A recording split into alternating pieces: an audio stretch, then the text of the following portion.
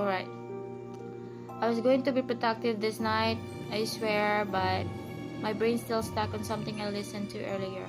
And I feel like I need to talk about it. So, hi, everyone. Welcome back to the desk side rumblings of someone who accidentally fell into a cybersecurity rabbit hole. I was folding laundry earlier, catching up on a few things, and threw on podcast episode. Something chill but interesting. And I stumbled back into Darknet Diaries, one of my all-time favorite podcasts. On this episode, episode 36, Jeremy from Marketing, and oh man, this one hit different. Just let me give you the background real quick.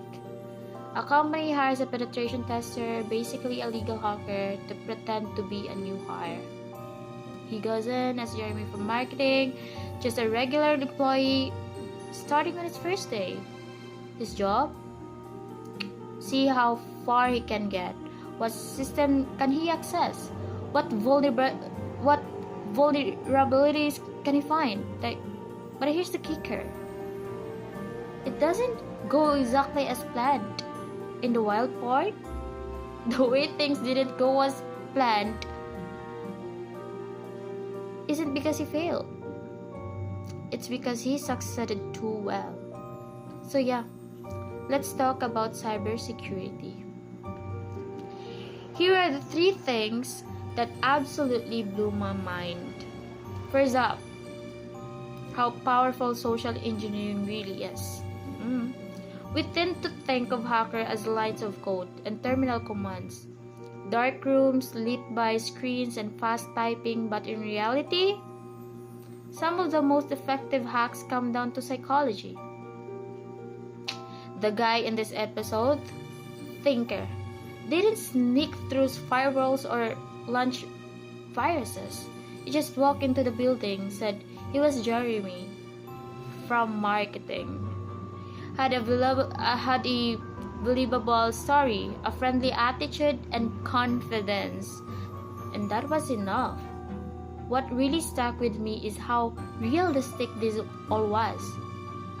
Yeah, nobody thought to question him. He looked like he belonged, and because he had a badge and a story, people let their guard down.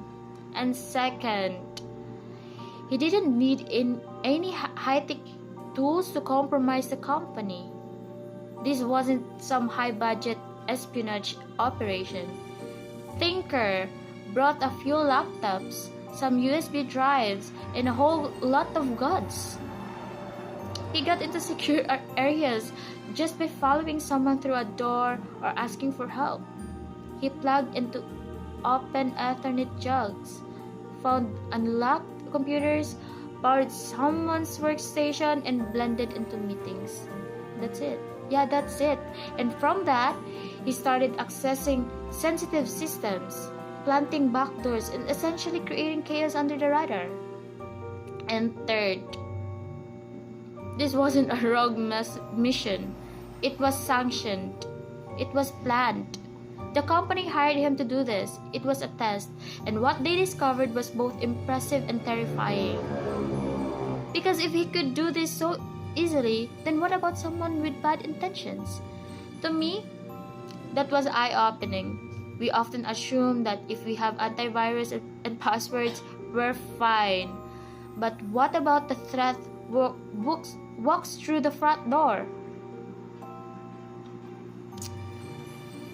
Terrifying, very scary.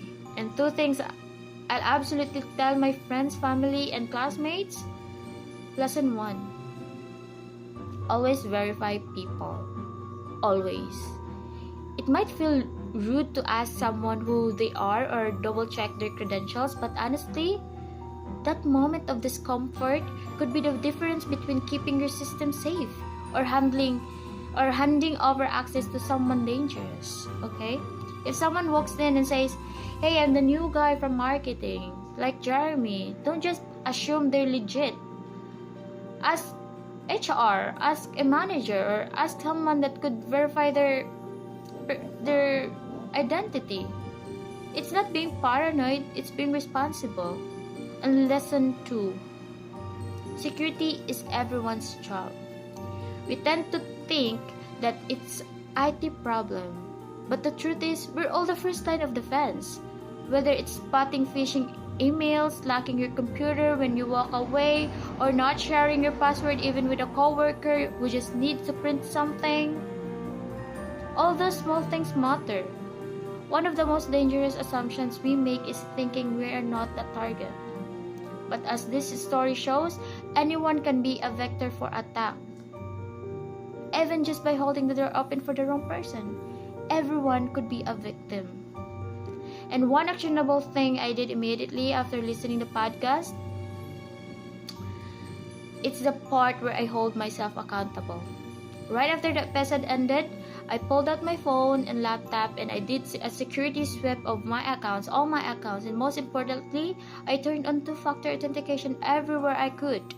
My social media accounts, like email, bank, Facebook, Instagram, X, Thread, cloud storage, everything. Because here's the thing, even if someone steals or guesses your password, two-factor authentication adds an extra barrier. It's not foolproof, but it raises the difficulty significantly. And in a world where attackers go for the easiest path, making your account annoying to hack is actually a solid strategy. If you haven't set that up yet, do it. Seriously, just take a few minutes, 5 minutes. So yeah, Jeremy from marketing must just be a fake name, but the danger is very real. This podcast video reminded me that cybersecurity isn't just about firewalls and VPN. It's about people, and people make mistakes. Sometimes we trust too easily. Sometimes we're too busy to double check, but attackers count on that. So we have to stay sharp if we want to be safe.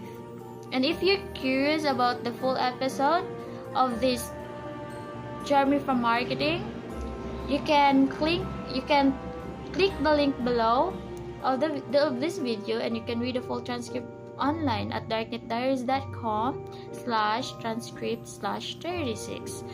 I highly recommended it. In the meantime, be aware, question everything, and please lock your screen before you leave your desk, or just be safe. I'll catch you next time. Bye everyone, and thank you for listening this video and to my podcast.